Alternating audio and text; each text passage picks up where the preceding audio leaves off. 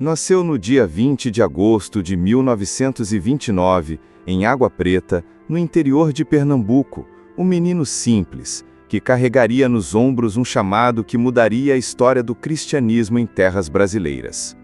Manuel de Melo não teve infância fácil. Cresceu em meio a limitações, sem acesso aos estudos formais, conhecendo cedo a dureza da vida no campo.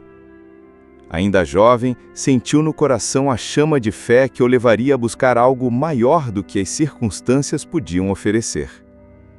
No ano de 1947, deixou sua terra natal e migrou para São Paulo, em busca de novas oportunidades.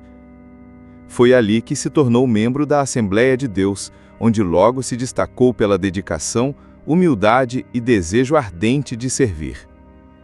Pouco tempo depois, foi consagrado diácono.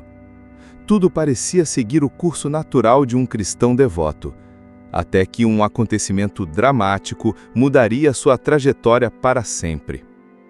Em 1952, Manuel de Melo foi acometido por uma grave paralisia intestinal, doença que o colocou à beira da morte. Os médicos pouco podiam fazer e os dias pareciam contados. Mas foi justamente nesse vale de sombra que Deus manifestou seu poder. Em uma oração de entrega e clamor, Manuel experimentou uma cura milagrosa que marcou sua vida de forma definitiva. Ele sabia que não podia mais desperdiçar tempo, nem viver para si mesmo. A partir dali, consagrou-se inteiramente ao Evangelho, deixando para trás a vida comum de trabalhador civil, para se tornar um pregador da palavra, carregado de fé, ousadia e confiança absoluta no Deus que o havia curado. Depois de sua cura milagrosa, Manuel mergulhou de corpo e alma no serviço do reino. Sua fé não era apenas uma convicção, mas uma chama ardente que o impulsionava a falar de Cristo em qualquer lugar onde estivesse. Em 1951, havia se casado com Ruth Lopes, sua companheira de caminhada, e juntos formaram uma família de fé e coragem. Em 1955, já como pastor pela Igreja do Evangelho Quadrangular, viveu um dos momentos mais decisivos de sua vida. Em oração, teve uma visão poderosa do próprio Cristo que o comissionava para uma obra específica: levantar no Brasil um movimento de reavivamento espiritual, evangelização e cura divina. Essa visão não foi apenas uma experiência pessoal, mas uma ordem clara e incontestável. E junto com o chamado veio também o nome: O Brasil para Cristo. Manuel não hesitou. Movido por essa revelação, lançou-se ao desafio de criar um movimento evangelístico nacional. Em janeiro de 1956, deu início ao programa de rádio A Voz do Brasil para Cristo. Num tempo em que poucas vozes evangélicas alcançavam as massas pelos meios de comunicação, sua decisão foi ousada, quase escandalosa para os padrões da época. Mas a resposta foi imediata. Milhares de pessoas começaram a ouvir e a ser impactadas pela mensagem que atravessava o rádio. Pouco depois, em março daquele mesmo ano, fundou a primeira igreja do movimento, ainda pequena, no bairro de Pirituba, em São Paulo. Era o embrião de algo que cresceria em proporções inimagináveis. Aquela igreja, nascida da oração e da visão de fogo, carregava em seu DNA a ousadia, os milagres e o desejo ardente de ver o Brasil inteiro dobrando os joelhos diante de Cristo. Logo após a fundação da primeira igreja em Pirituba, os cultos começaram a ser marcados por manifestações de poder que atraíam multidões. As reuniões eram simples, muitas vezes realizadas em barracões improvisados, mas carregadas de fervor. O que chamava a atenção não eram estruturas ou recursos, mas a ousadia de Manuel de Melo em crer que o Deus da Bíblia continuava operando sinais e maravilhas. Testemunhos começaram a se espalhar rapidamente. Pessoas diziam que enfermos eram curados no meio da pregação sem sequer receberem imposição de mãos. Outros relatavam que cadeirantes levantavam e começavam a andar em plena reunião. Dizem que até mesmo surdos ouviram e cegos voltaram a enxergar durante as campanhas. E essas histórias passavam de boca em boca, aumentando ainda mais a procura pelos cultos. Um episódio marcante aconteceu quando um homem paralítico foi levado em uma cadeira improvisada. Manuel, com sua voz firme e fé inabalável, declarou diante de todos: "Em nome de Jesus Cristo, levante-se e ande." O silêncio tomou conta do lugar. Alguns pensavam que seria apenas mais uma tentativa frustrada. Mas, para o espanto da multidão, o homem se ergueu, começou a andar e, entre lágrimas, louvava a Deus.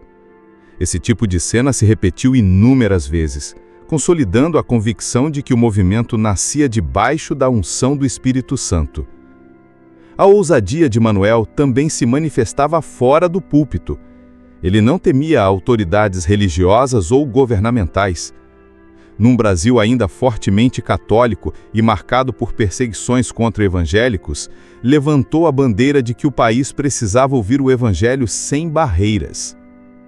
Seu lema não era apenas espiritual, mas também uma causa social: alcançar o povo simples, esquecidos nas periferias e trabalhadores oprimidos, oferecendo-lhes esperança e dignidade em Cristo.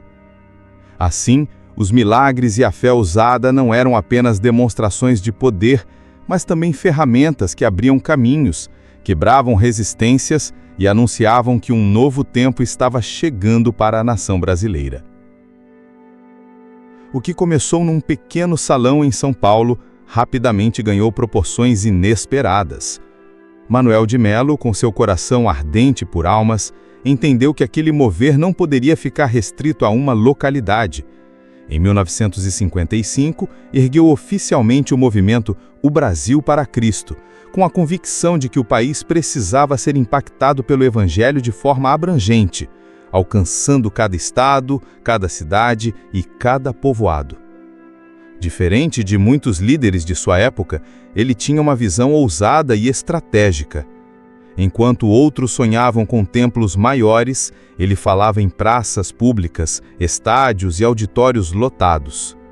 Os cultos eram marcados por fervor pentecostal, com cânticos simples, orações intensas e testemunhos poderosos.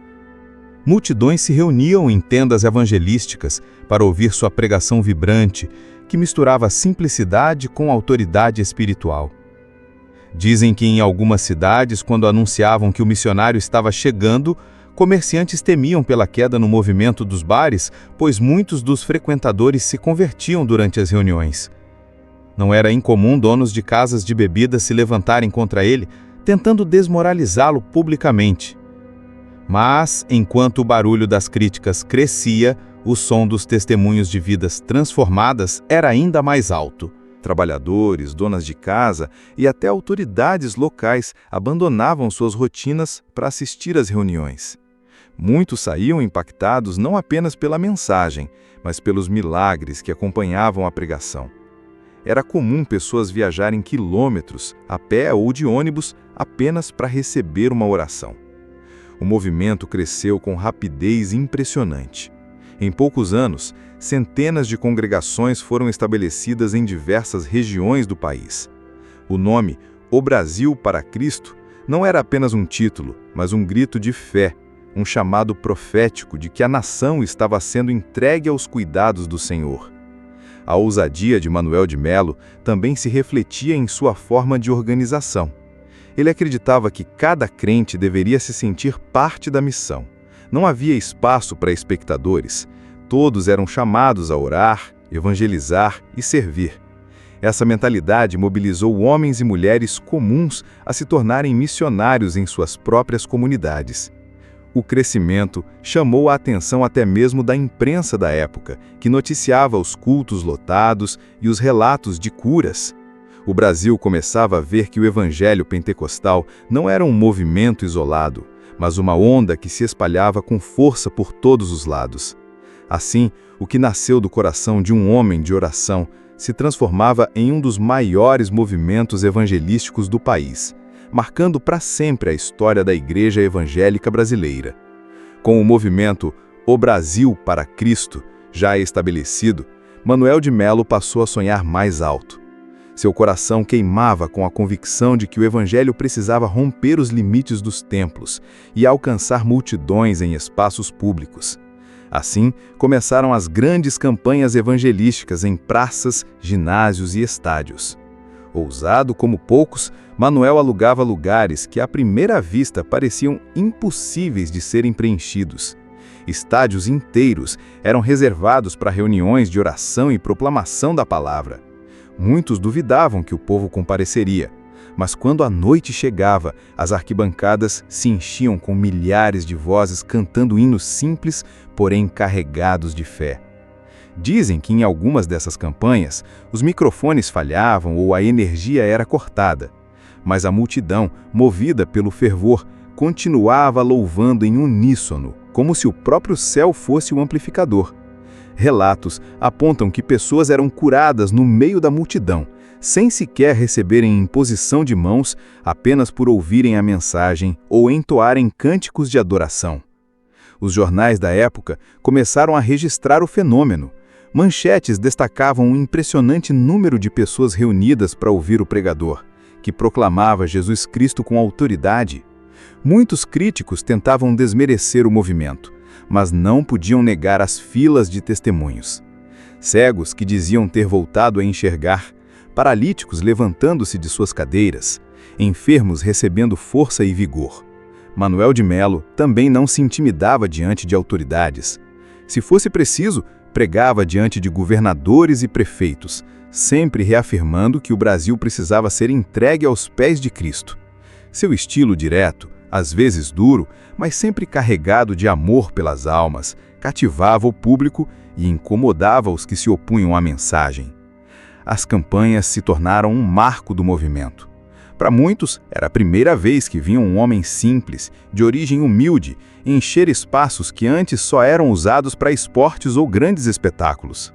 Agora, esses locais eram tomados por oração, choro de arrependimento e celebração da fé.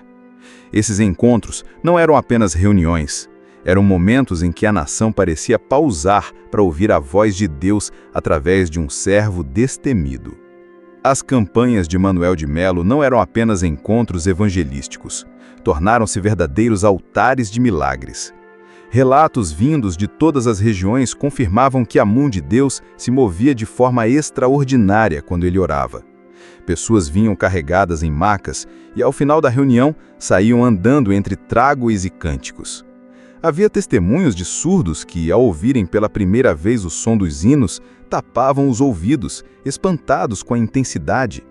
Outros afirmavam que sentiram como se um fogo percorresse o corpo, queimando doenças antigas e devolvendo vitalidade.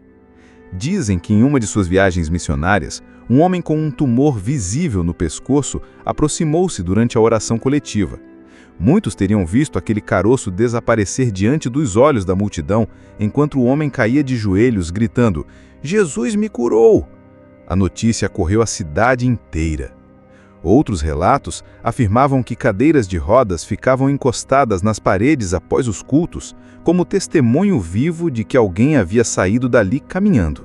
As pessoas as viam e entendiam que algo sobrenatural estava acontecendo. Também se conta que, em certo momento, até os lenços que Manuel de Melo utilizava eram pedidos pelos fiéis, lembrando os dias bíblicos do apóstolo Paulo. Dizem que, em algumas ocasiões, enfermos levavam esses pedaços de tecido para casa e, ao colocá-los sobre os enfermos, experimentavam alívio e até cura. Não eram apenas curas físicas. Muitos testemunhavam libertações profundas. Homens e mulheres que chegavam atormentados por vícios ou opressões espirituais voltavam transformados. Famílias inteiras eram restauradas depois de um encontro com Cristo em uma campanha de fé. Essas histórias corriam de boca em boca, passando de geração em geração.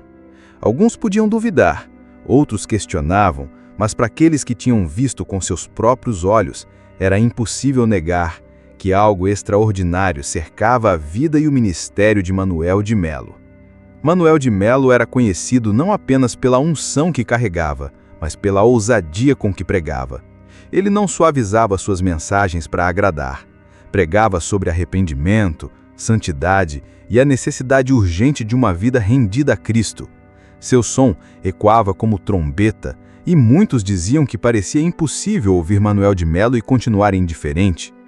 Sua ousadia, porém, também atraía resistência.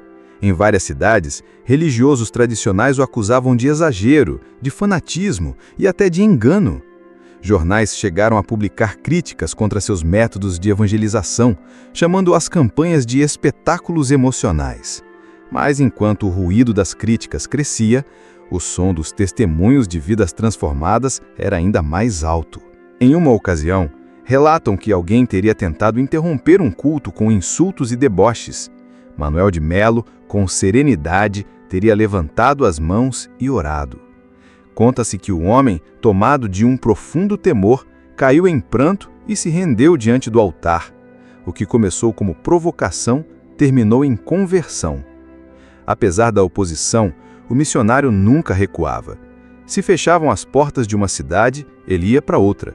Se negavam o uso de um espaço público, levantava uma tenda e pregava ao ar livre. Ele tinha a convicção de que a mensagem que carregava era maior do que qualquer obstáculo humano. Essa ousadia também se manifestava em sua visão missionária. Ele sonhava grande. Fundava igrejas, organizava movimentos evangelísticos e incentivava obreiros a não se acovardarem diante das críticas. Sempre repetia que o evangelho não era para ser escondido, mas proclamado com poder e coragem. Assim, enquanto uns se levantavam contra ele, milhares continuavam sendo tocados por sua vida, consolidando ainda mais o legado de um homem que não temia nada, exceto desagradar ao seu Senhor. Com o passar dos anos, o ministério de Manuel de Melo se expandia de forma surpreendente. O que começou com reuniões simples em tendas improvisadas se transformou em uma grande rede de evangelização, alcançando cidades inteiras e mobilizando multidões. Ele tinha uma visão clara: formar uma igreja que não fosse apenas um prédio, mas um movimento vivo de fé, oração e ação missionária. Foi assim que nasceu a Igreja Evangélica O Brasil para Cristo, um projeto ousado para o seu tempo. O nome já revelava sua paixão e propósito. Ele cria que a nação brasileira seria alcançada para Jesus. Debaixo dessa bandeira, obreiros começaram a ser levantados, templos foram erguidos e uma estrutura sólida de discipulado e envio missionário começou a tomar forma. Manuel de Melo não pensava pequeno. Fundou editoras, rádios e utilizou todos os meios de comunicação disponíveis para espalhar a mensagem do Evangelho. Seus programas radiofônicos alcançaram milhares de lares, levando consolo, cura e salvação a pessoas que, talvez, nunca teriam entrado em uma igreja.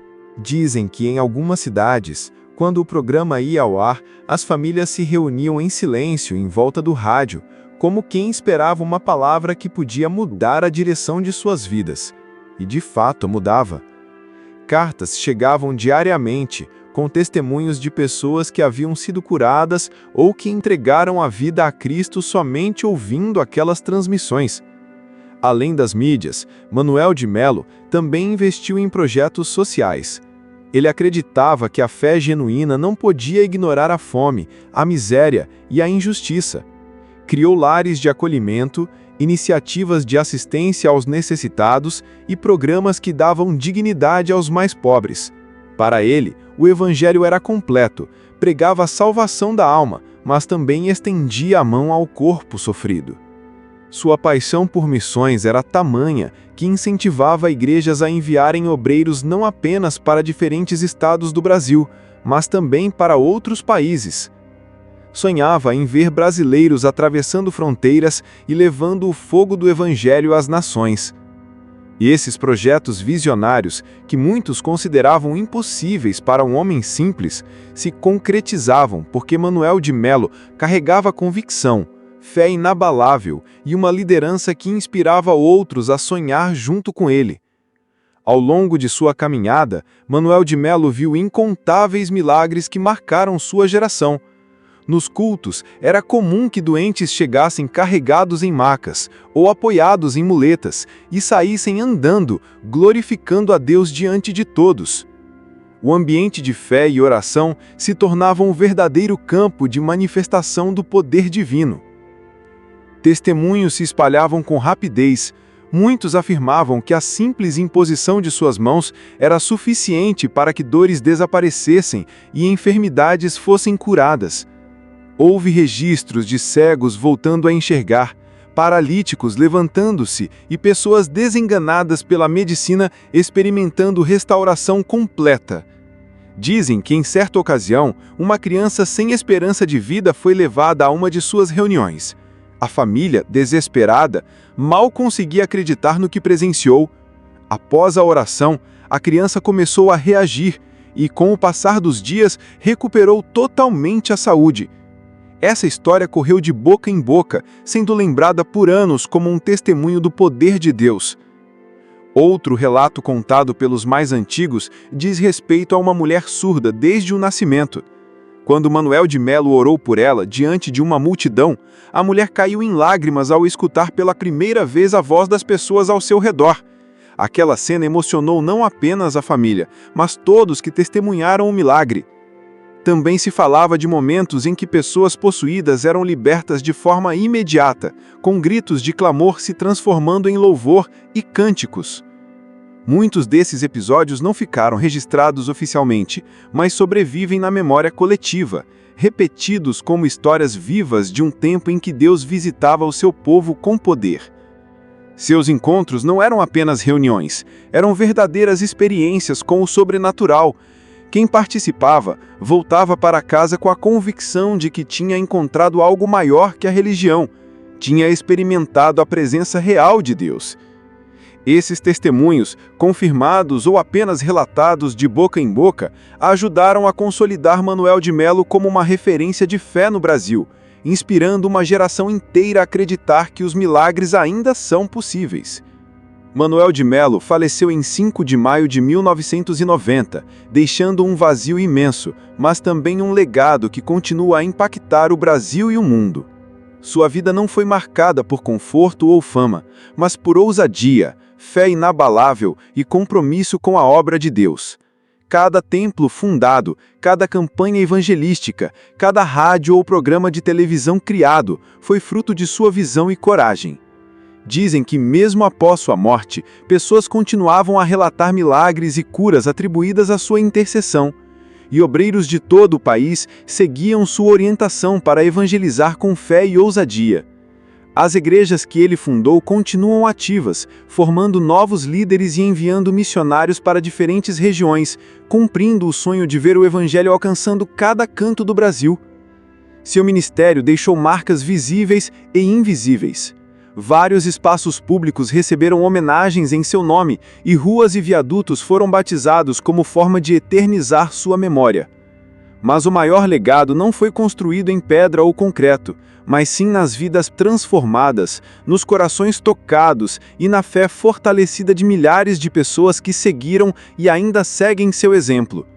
A ousadia de Manuel de Melo, seu compromisso com a oração e com os dons do Espírito Santo e sua coragem diante de perseguições e críticas servem como inspiração para qualquer cristão que deseja viver uma vida de fé verdadeira. Ele provou que um homem simples, guiado pelo Espírito, pode mover multidões, transformar vidas e deixar um impacto eterno. Seu legado nos desafia até hoje. A fé precisa ser ousada, a oração precisa ser fervorosa e o Evangelho precisa ser proclamado sem medo. E assim, mesmo décadas após sua partida, Manuel de Melo continua a ser lembrado não apenas como um homem de Deus, mas como um exemplo vivo de que, quando a fé encontra coragem, o impossível se torna realidade.